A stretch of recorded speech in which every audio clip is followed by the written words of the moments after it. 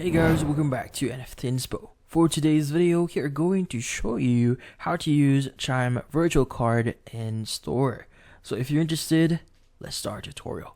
So you might be wondering, how do you use your virtual card for Chime or from Chime in a store?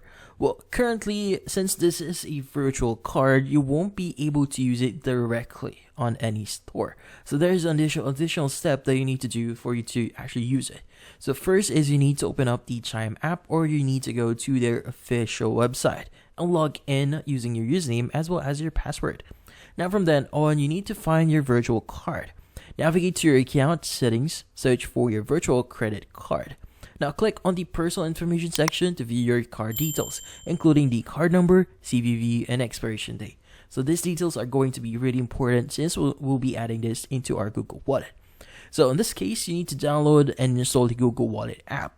Go ahead and open it up, and from then on, go to the section that says Add to Wallet section and select Payment Card. Now choose New Credit or Debit Card and enter your Chime virtual card details like what we saw before.